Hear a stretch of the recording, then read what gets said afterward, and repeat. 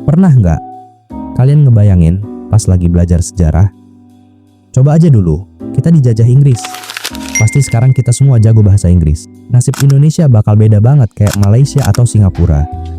Tapi, apa benar kalau kita dijajah Inggris, hidup kita bakal lebih enak?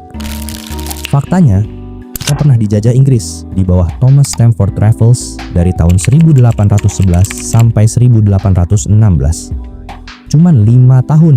Tapi, gimana kalau seandainya Inggris nggak pernah balikin Jawa ke Belanda dan lanjut menjajah kita ratusan tahun? Yuk, kita bedah pakai kacamata sejarah nyata.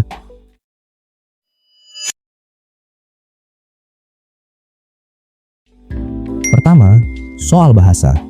Banyak yang mikir kita bakal otomatis pakai bahasa Inggris sebagai bahasa utama kayak Singapura. Tapi, realitanya belum tentu. Inggris itu punya pola penjajahan yang namanya indirect rule atau pemerintahan tidak langsung. Mereka biasanya membiarkan sultan atau raja lokal tetap berkuasa, asalkan tunduk sama penasihat Inggris. Di Malaysia, bahasa Melayu tetap hidup subur. Jadi, kalau Inggris yang menjajah kita, kemungkinan besar bahasa Indonesia atau bahasa daerah tetap jadi bahasa sehari-hari. Bedanya, bahasa Inggris bakal jadi bahasa administrasi dan kelas atas. Jadi, kalian mungkin bakal dengar orang Jakarta Selatan ngomong which is dan literally dari tahun 1900-an.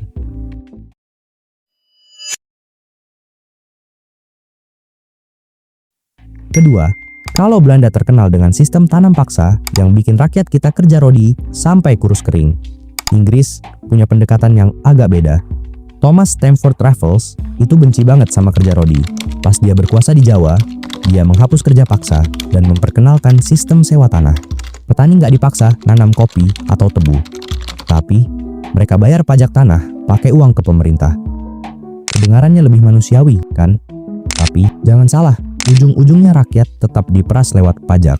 Bedanya, kalau Belanda fokus bikin infrastruktur militer kayak jalan raya Pos Anyer Panarukan yang berdarah-darah, Inggris mungkin bakal lebih fokus bangun jaringan kereta api untuk angkut komoditas dagang, mirip kayak yang mereka lakuin di India.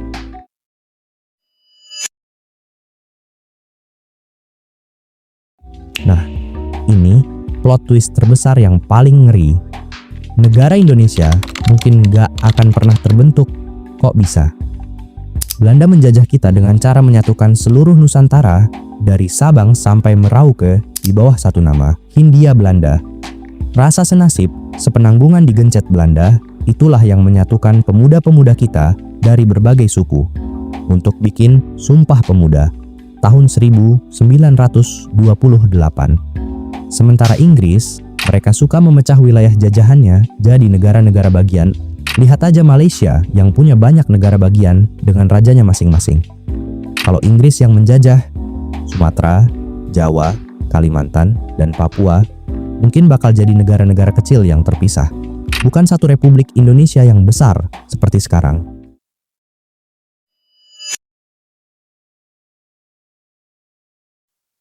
Satu hal yang pasti, kalau dijajah Inggris, hari ini kita bakal jadi anggota Commonwealth, dan atlet kita bakal tanding di Commonwealth Games.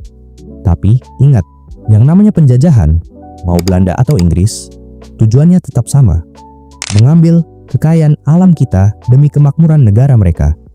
Gak ada penjajah yang baik hati. Menurut kalian, lebih untung dijajah Belanda atau Inggris? Tulis di kolom komentar ya.